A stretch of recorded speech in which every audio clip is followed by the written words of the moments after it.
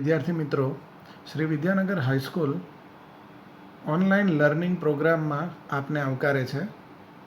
આજે આપણે રસાયણ વિજ્ઞાનમાં પ્રકરણ 2 દ્રાવણો વિશે થોડો અભ્યાસ કરીશું. તો મિત્રો, પ્રથમ ક્વેશ્ચન આપણે જોઈએ. રોજિંદા જીવનમાં જોવા મળતા પદાર્થો એ મોટે ભાગે 2 કે તેથી વધુ શુદ્ધ પદાર્થોના મિશ્રણ સ્વરૂપે હોય છે. સમજાવો. તો આમાં આપણે લખી શકીએ, રોજિંદા જીવનમાં શુદ્ધ પદાર્થો ભાગ્યે જ જોવા મળે છે. મોટાભાગના પદાર્થો 2 કે તેથી વધારે શુદ્ધ પદાર્થોના મિશ્રણ સ્વરૂપે જોવા મળે છે.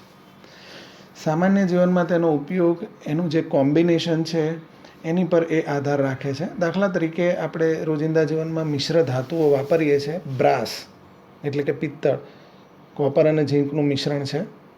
એના ગુણધર્મો જર્મન સિલ્વર કે જે કોપર, ઝીંક અને નિકલનું મિશ્રણ છે, એમ જ બ્રોન્ઝ એટલે કાંસુ કે જે કોપર અને ટીનનું મિશ્રણ છે, એના કરતાં તદ્દન જુદા જુદા છે. ઉદાહરણ તરીકે પાણીમાં ફ્લોરાઇડ આયનની માત્રા 1 ppm હોય તો એ દાંતનો સડો અટકાવે છે. પણ જ્યારે એની માત્રા 1.5 ppm થઈ જાય તો એ દાંતને નબળા પાડે છે. અને જો ફ્લોરાઇડ આયનની માત્રા એના કરતાં પણ વધી જાય તો એ ઝેરી નીવડે છે. જેમ કે ઉંદર મારવાની દવામાં સોડિયમ ફ્લોરાઇડ યુઝ થાય છે. બીજું એક ઉદાહરણ લઈએ. આપણને નસમાં આપવામાં આવતા ઇન્જેક્શન્સ અમુક ચોક્કસ આયનીય સાંદ્રતા ધરાવતા ક્ષારના પાણીમાં ઓગાળવામાં આવે છે કે જેથી એ લોહીમાં પ્લાઝમા જે હોય એટલે કે જૈવિક દ્રવ્ય હોય એની સાથે અનુકૂળ થઈ શકે. હવે આપણે જોઈએ છે દ્રાવ્ય, દ્રાવક અને દ્રાવણ એટલે શું, સાથે દ્વિઅંગી દ્રાવણ કોને કહેવાય એ પણ જોઈએ. તો વિદ્યાર્થી મિત્રો, આપણે ભણી ગયેલા છે 11મા ધોરણમાં. દ્રાવણ એટલે શું? 2 કે તેથી વધારે પદાર્થોના એકરૂપ અથવા તો સમાંગ મિશ્રણને દ્રાવણ કહેવાય. અહીંયા સમાંગ મિશ્રણનો મતલબ શું કરીશું?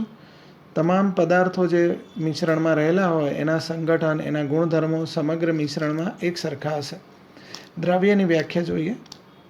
દ્રાવણમાં જે ઘટકની માત્રા ઓછી હોય એને દ્રાવ્ય કહેવાય, અથવા તો જે પદાર્થ બીજા પદાર્થમાં ઓગળી શકે એને દ્રાવ્ય કહેવાય. તો દ્રાવક કોને કહીશું? દ્રાવ્ય પરથી જ લખી શકાય. દ્રાવણમાં જે ઘટકની માત્રા વધારે હોય એને દ્રાવક કહેવાય, અથવા તો જે પદાર્થ બીજાને પોતાનામાં ઓગાળી શકે એને દ્રાવક કહેવાય. હવે લઈએ દ્વિઅંગી દ્રાવણો. જે દ્રાવણમાં એક દ્રાવ્ય અને એક દ્રાવક એમ કુલ 2 જ ઘટકો હોય એવા દ્રાવણને આપણે દ્વિઅંગી દ્રાવણ કહીએ છીએ. આ પ્રકરણમાં મોટેભાગે આપણે દ્વિઅંગી દ્રાવણોનો જ અભ્યાસ કરવાનો છે. હવે નેક્સ્ટ ક્વેશ્ચન છે, દ્રાવણને કુલ કેટલા પ્રકારમાં વર્ગીકૃત કરવામાં આવે છે? ઉદાહરણ સહિત સમજાવો. તો દ્રાવણમાં રહેલા દ્રાવ્ય અને દ્રાવકની ભૌતિક અવસ્થાના આધારે દ્રાવણને કુલ 3 પ્રકારમાં વર્ગીકૃત કરવામાં આવે: ઘન દ્રાવણ, પ્રવાહી દ્રાવણ અને વાયુ દ્રાવણ. આ પ્રકારના દ્રાવણોમાં સામાન્ય રીતે દ્રાવકની જે ભૌતિક સ્થિતિ હોય એના આધારે જ દ્રાવણની ભૌતિક સ્થિતિ નક્કી થાય. એટલે ધારો કે દ્રાવક ઘન હશે ને તો દ્રાવ્ય ભલે ઘન, પ્રવાહી કે વાયુ હોય પણ દ્રાવણ ઘન જ હશે. એવી જ રીતે દ્રાવક જો પ્રવાહી હોય તો દ્રાવણ પણ પ્રવાહી જ હોય. એટલા માટે જ આપણે કીધું કે દ્રાવકની ભૌતિક સ્થિતિના આધારે દ્રાવણની ભૌતિક સ્થિતિ નક્કી થાય છે. દ્રાવણના પ્રકાર અને એના ઉદાહરણ આપણે એક કોષ્ટકથી સમજીએ.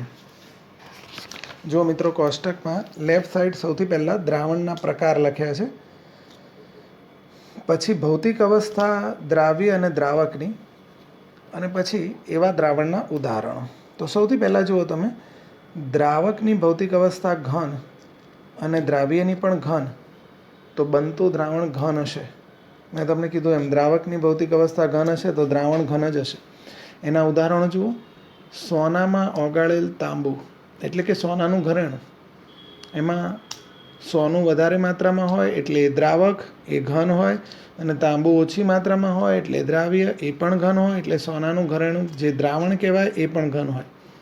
એવી જ રીતે કોપર અને ઝીંકની મિશ્ર ધાતુ પિત્તળ, કોપર અને ટીનની મિશ્ર ધાતુ કાંસુ, એવી કોઈ પણ મિશ્ર ધાતુ લઈ શકાય. ચાલો હવે ઘન દ્રાવણમાં આગળ વધીએ. દ્રાવક ઘન લઈએ અને દ્રાવ્ય પ્રવાહી લઈએ. એનું ઉદાહરણ છે સોડિયમનો મર્ક્યુરી સાથેનો એમાલ્ગમ, સમરસ. સમરસ વિશે તમે પહેલાં ભણેલા છો એટલે તમને ખ્યાલ છે. વધારે માત્રામાં સોડિયમ લેવાનું અને ઓછી માત્રામાં મર્ક્યુરી. મર્ક્યુરી સામાન્ય તાપમાને અને દબાણે લિક્વિડ હોય છે એટલે.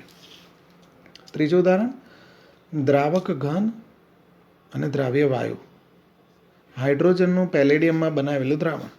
એટલે આમાં શું કરવાનું, પેલેડિયમનો સળિયો લેવાનો, એ દ્રાવક તરીકે વર્તે, એ ઘન હોય, અને એની પર હાઇડ્રોજનનું શોષણ કરવાનું, એટલે એ દ્રાવ્ય છે એટલે વાયુ છે. પણ બનતું દ્રાવણ ઘન દ્રાવણ તરીકે વર્તે. હવે લઈએ છે પ્રવાહી દ્રાવણ. એટલે તમે જોઈ શકો છો 3 ઉદાહરણો છે, એનામાં દરેકમાં દ્રાવક તરીકે તો પ્રવાહી જ હશે. તો ચલો શરૂ કરીએ. પ્રવાહી દ્રાવક અને ઘન દ્રાવ્ય. એનાથી બનતા દ્રાવણનું ઉદાહરણ છે ખાંડનું પાણીમાં બનાવેલું દ્રાવણ, અથવા તો મીઠાનું પાણીમાં બનાવેલું દ્રાવણ, અથવા તો ગ્લુકોઝનું પાણીમાં બનાવેલું દ્રાવણ. કંઈ પણ લઈ શકાય. આમાં પાણી દ્રાવક છે, ખાંડ, મીઠું કે ગ્લુકોઝ દ્રાવ્ય છે, તો એ ઘન છે. હવે દ્રાવક પણ પ્રવાહી અને દ્રાવ્ય પણ પ્રવાહી. તો એનાથી બનતું દ્રાવણ ઇથેનોલનું પાણીમાં બનાવેલું દ્રાવણ કે દૂધનું પાણીમાં બનાવેલું દ્રાવણ. એમાં દ્રાવ્ય દ્રાવક બંને પ્રવાહી હોય એટલા માટે. હવે લઈએ દ્રાવક પ્રવાહી, દ્રાવ્ય વાયુ. તો એનાથી બનતા દ્રાવણનું ઉદાહરણ છે CO2 વાયુનું પાણીમાં બનાવેલું દ્રાવણ, અથવા તો સોડા વોટર બી કહેવાય એને, અથવા તો ઓક્સિજન વાયુનું પાણીમાં બનાવેલું દ્રાવણ, કે પછી ક્લોરીન વાયુનું, કે પછી હાઇડ્રોજન સલ્ફાઇડ વાયુનું પાણીમાં બનાવેલું દ્રાવણ. તમે 11th યુઝ કરતા હતા H2S વોટર, તો આનું ઉદાહરણ લઈ શકાય. હવે આપણે લઈએ છીએ વાયુ દ્રાવણો, કે જેમાં દ્રાવક તરીકે તો વાયુ જ હશે હંમેશા. ચલો દાખલા તરીકે વાયુ દ્રાવક અને ઘન દ્રાવ્ય. એનું ઉદાહરણ છે કપૂરનું નાઇટ્રોજન વાયુમાં મિશ્રણ. પૂજા કરવામાં પેલું કપૂર વપરાય છે ને, એ તમને ખબર હશે ઘનમાંથી સીધું વાયુમાં રૂપાંતર પામે, એને ઉર્ધ્વપાતન અથવા સબ્લિમેશન કહેવાય. તો એનું હવામાં મિશ્રણ એ વાયુ દ્રાવણનું ઉદાહરણ થાય. હવે દ્રાવક તરીકે વાયુ અને દ્રાવ્ય તરીકે પ્રવાહી. તો ભેજવાળી હવા, હવામાં જ ભેજ હોય લિક્વિડ સ્વરૂપે, એટલે ભેજનું હવામાં મિશ્રણ પણ કહેવાય. ક્લોરોફોર્મનું હવામાં મિશ્રણ અથવા નાઇટ્રોજન વાયુમાં મિશ્રણ, એ પણ એનું ઉદાહરણ છે. હવે દ્રાવક પણ વાયુ અને દ્રાવ્ય પણ વાયુ. બંને વાયુ એનું ઉદાહરણ તો બહુ સિમ્પલ છે. હવામાંના કોઈ પણ 2 વાયુઓનું મિશ્રણ, ધારો કે ઓક્સિજન અને નાઇટ્રોજન વાયુનું મિશ્રણ આપણે લઈએ, તો એમાં નાઇટ્રોજન તમને ખબર છે વધારે માત્રામાં હોય એટલે દ્રાવક ગણાય, અને ઓક્સિજન ઓછી માત્રામાં હોય એટલે એ દ્રાવ્ય ગણાય. તો આ સમગ્ર વર્ગીકરણ વિદ્યાર્થી મિત્રો તમારે સરસ રીતે મોઢે કરવાનું. આમાંથી ઓબ્જેક્ટિવ બી પૂછાય છે, MCQ પણ પૂછાઈ શકે, અને આ થિયરી પણ પૂછાઈ શકે છે 2 માર્ક અથવા તો 3 માર્કમાં. આમાંથી પાર્શિયલી ક્વેશ્ચન બી આવી શકે છે, એટલા માટે આને તૈયાર કરવાનું. હવેનો ક્વેશ્ચન છે દ્રાવણનું સંગઠન શેના દ્વારા વર્ણવી શકાય. દ્રાવણનું સંગઠન એટલે શું, પહેલાં તો સમજી લો એનું માળખું, એનું બંધારણ, એમાં રહેલા દરેક ઘટકોની માહિતી. તો જોઈએ, દ્રાવણનું સંગઠન સાંદ્રતા દ્વારા વર્ણવી શકાય. આ સંગઠન ક્વોલિટેટિવ અને ક્વોન્ટિટેટિવ એટલે ગુણાત્મક અને જથ્થાત્મક બંને રીતે રજૂ કરી શકાય. દાખલા કે દ્રાવણ મંદ છે એવું આપણે કહીએ તો એનો ગુણ થયો, એનો મતલબ એમાં દ્રાવ્યની માત્રા બહુ ઓછી છે. હવે હું કહું દ્રાવણ સાંદ્ર છે તો તમે કહેશો દ્રાવ્યની માત્રા એમાં વધારે છે. પણ વાસ્તવિક જીવનમાં આ પ્રકારના વર્ણન એ ગૂંચવણ પેદા કરે, એટલે એમાં દ્રાવણના જથ્થાત્મક વર્ણનની જરૂર પડે છે. દાખલા તરીકે ચલો એક સિમ્પલ ઉદાહરણ આપું. તમારી એન્યુઅલ એક્ઝામ થાય ને હું તમને પૂછું કે તમારા માર્ક્સ કેટલા આવ્યા, તો તમે કહેશો વધારે આવ્યા છે, કોઈ કહેશે ખૂબ વધારે આવ્યા છે, કોઈ કહેશે ઓછા આવ્યા છે.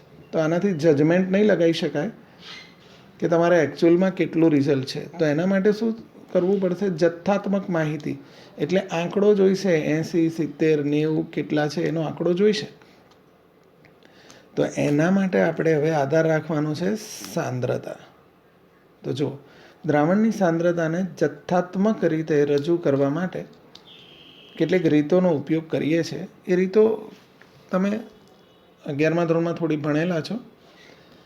સપ્રમાણતા એટલે કે નોર્માલિટી, મોલારિટી, મોલાલિટી, મોલંશ, દળથી ટકાવારી, કદથી ટકાવારી, દળ કદથી ટકાવારી, ફોર્માલિટી, પીપીએમ વગેરે. તો હવે એ સાંદ્રતાની રીતોને વારાફરતી આપણે જોવાની છે. તો સૌથી પહેલાં સાંદ્રતાની વ્યાખ્યા લઈએ. સાંદ્રતાની વ્યાખ્યા શું આપી શકાય? આ પણ તમે 11th ભણેલા છો.